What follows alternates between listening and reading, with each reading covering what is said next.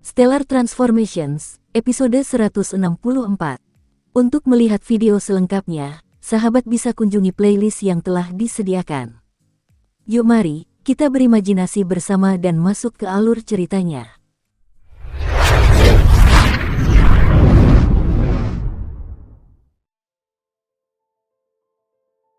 Ketika melihat baris-baris karakter, setelah memasuki jalan awan biru, naiki 9 surga sendiri, semua pakar cukup terkejut.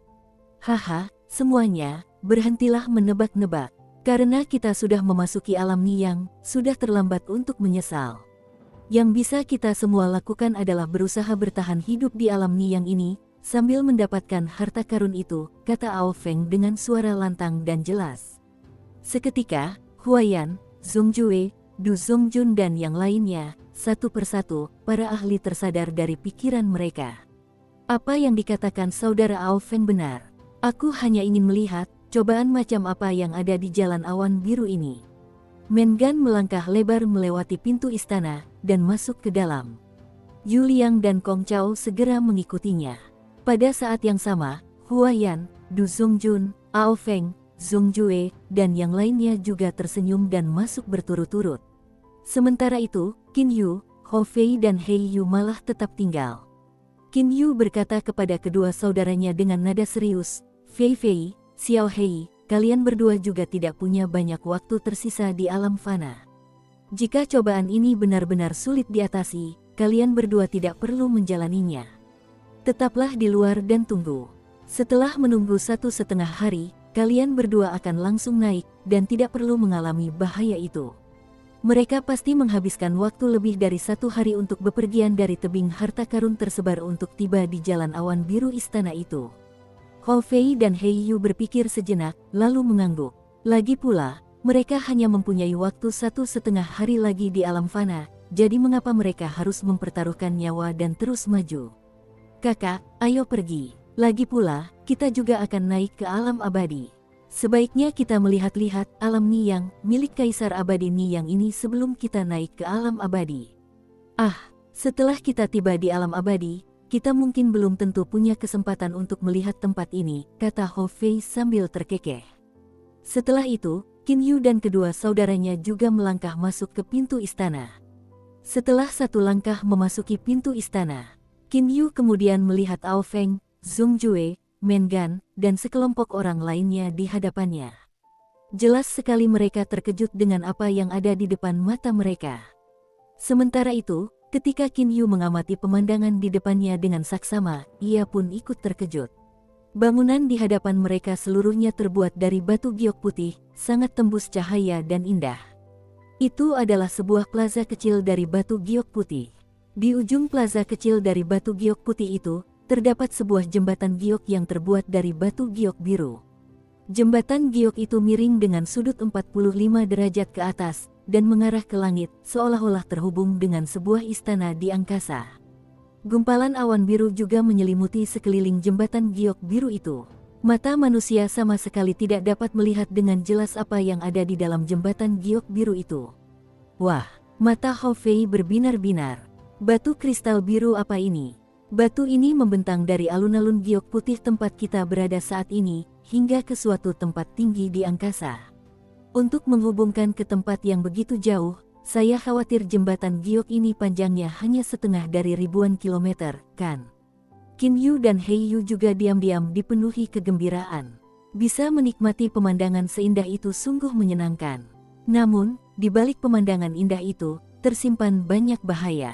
Saudara Qin Yu, jembatan giok itu terbuat dari batu kristal yang memiliki atribut kayu, dan dikenal sebagai jalan awan biru di alam Niyang. Mengan berjalan menghampiri Qin Yu dan berdiri di sampingnya, lalu tersenyum dan berkata, jarak antara sini dan ujung jalan awan biru lainnya hampir 5.000 km. Qin Yu teringat 2 baris karakter itu, setelah memasuki jalan awan biru, naiki 9 langit sendirian. Saudara Mengan, jangan bilang kalau ujung lain dari jalan awan biru ini adalah 9 surga. Qin Yu menebak. Mengan tersenyum dan berkata, pintar. Benar, tujuan di ujung jalan awan biru ini adalah 9 langit. 9 langit adalah wilayah inti alam Niyang. Kaisar abadi Ni yang pernah tinggal di 9 langit selama beberapa waktu di tahun-tahun awal itu. Namun, masih banyak tempat misterius di alam Ni Yang. Hanya saja, kali ini, Kaisar abadi Ni yang secara langsung membawa kita ke sini dari alam pikiran jernih, dan tidak ada mantra pembatas di sepanjang jalan. Qin Yu diam-diam mengerti mengenai tingkat bahaya sarang Kaisar abadi Ni Yang, bahkan Dewa Emas tingkat pertama pun tak perlu disebutkan, tetapi bahkan Dewa Mistik tingkat pertama pun bisa mati. Kaisar abadi Ni Yang itu mungkin sudah memperkirakan dan juga tahu bahwa ada banyak cobaan, dan bahwa alam Ni yang terlalu berbahaya, itulah sebabnya ia membatalkan banyak cobaan, dan hanya menyisakan sedikit. Tiba-tiba, cahaya putih menyilaukan terpancar dari jauh, dan semua orang, termasuk Qin Yu, tanpa sengaja melihat ke arah itu. Dari jembatan giok biru itu ke salah satu ujung alun-alun giok putih, dan dari ujung alun-alun giok putih itu ke ujung lainnya, terdapat bangunan-bangunan di sepanjang kedua sisinya.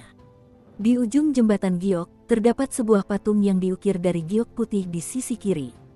Dengan tangan terangkat ke langit, patung itu secara alami membangkitkan semacam kehadiran yang tunduk pada manusia. Sangat mirip dengan patung di luar menara harta karun di rumah abadi 9 pedang. Keduanya adalah patung orang yang sama. Qin Yu membuat penilaian dalam waktu singkat. Sementara itu, di sisi kanan di ujung jembatan, justru merupakan sumber cahaya putih yang menyilaukan itu.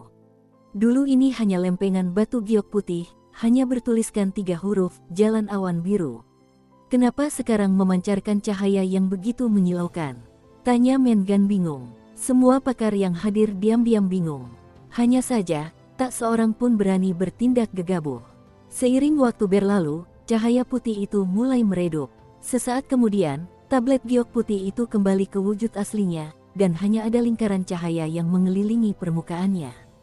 Pada saat yang sama, sejumlah karakter yang padat muncul di permukaannya. Jantung Qin Yu berdebar kencang saat melihat deretan karakter itu. Jelas sekali bahwa itu adalah kata-kata yang ditinggalkan oleh Kaisar abadi Ni Yang. Untuk mendaki 9 langit, melewati jalan awan biru adalah suatu keharusan.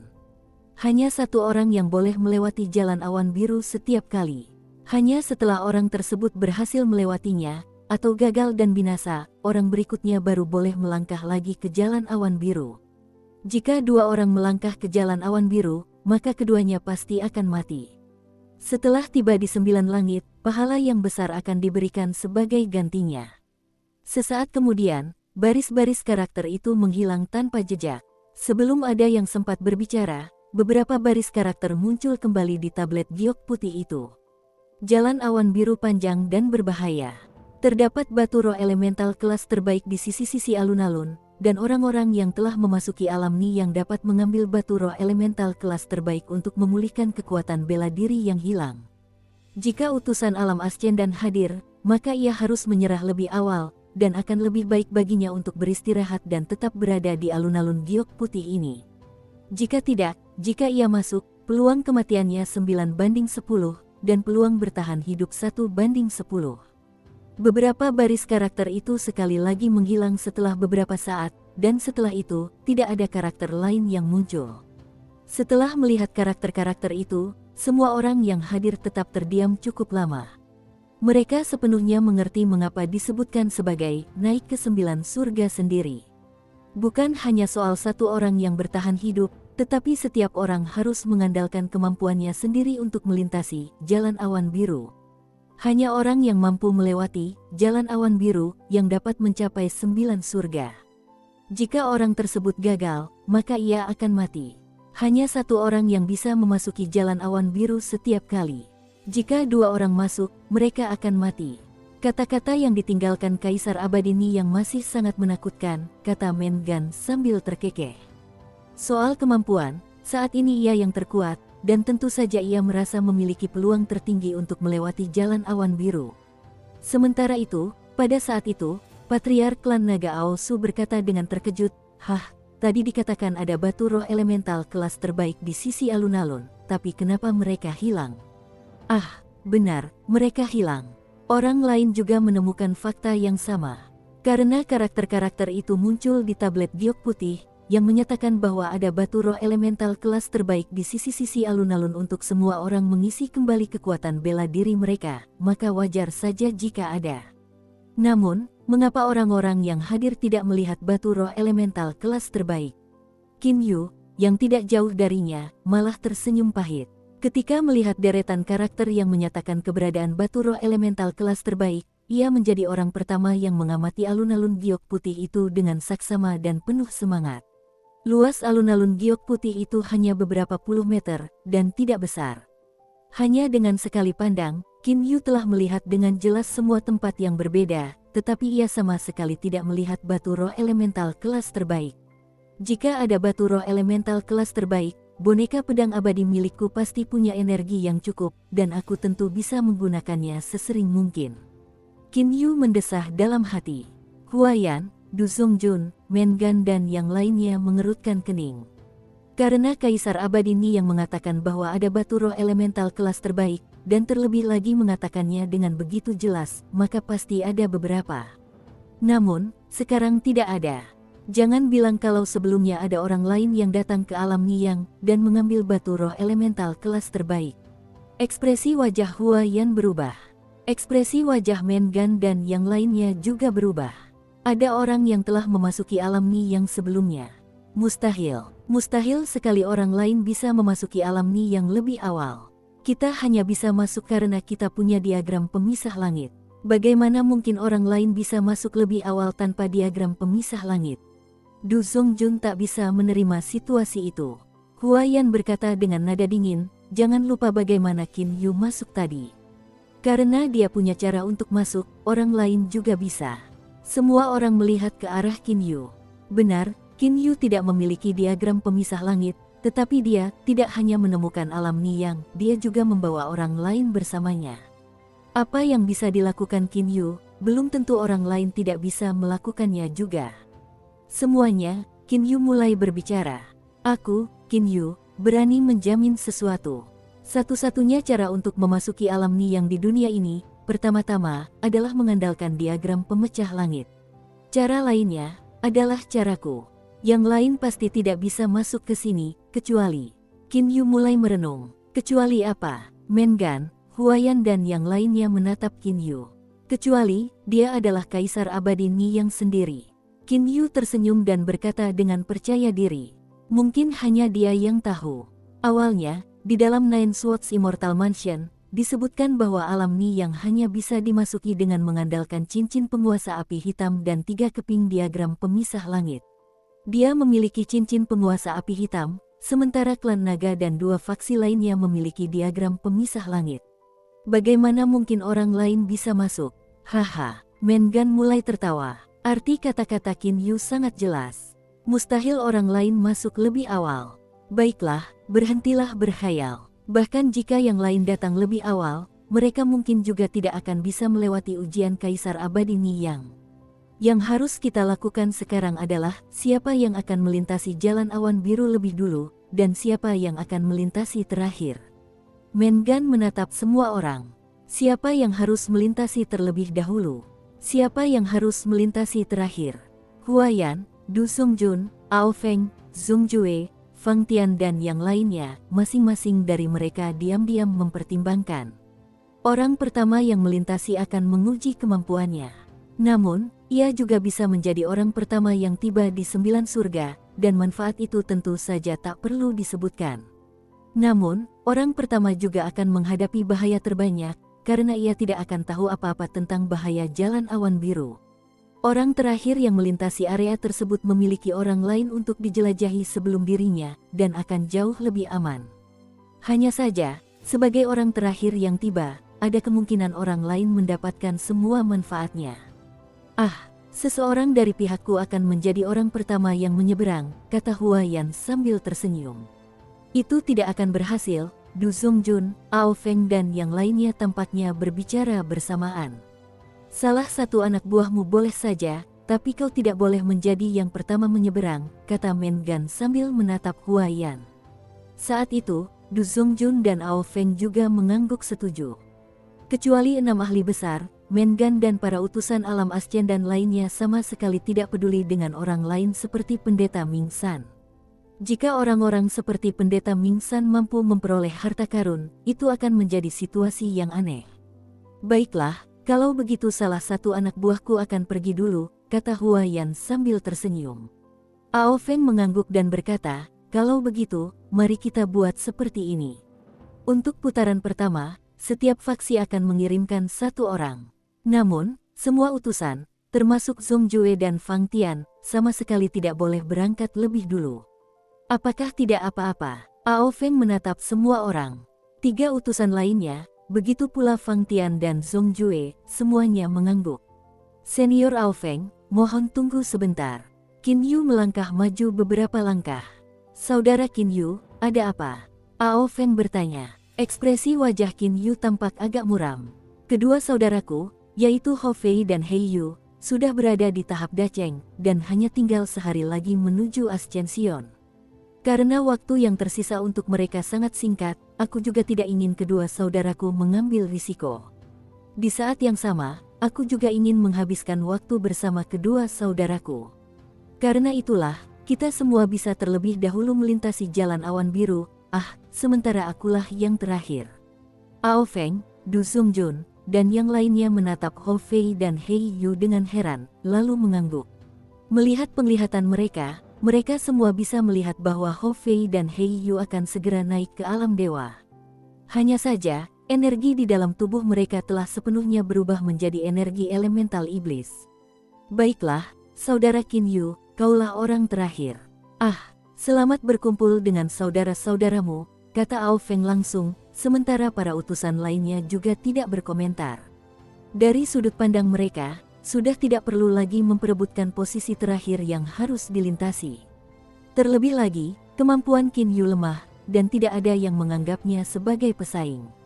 Segera, Qin Yu, Hou Fei dan Hei Yu berjalan ke salah satu ujung alun-alun. Sementara itu, Mengan dan 5 pemimpin lainnya berdiskusi. Akhirnya, mereka memutuskan urutan perjalanan melalui jalan awan biru.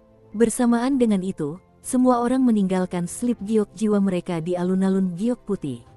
Sementara itu, orang beruntung pertama yang melintasi jalan awan biru adalah Pendeta Mingsan.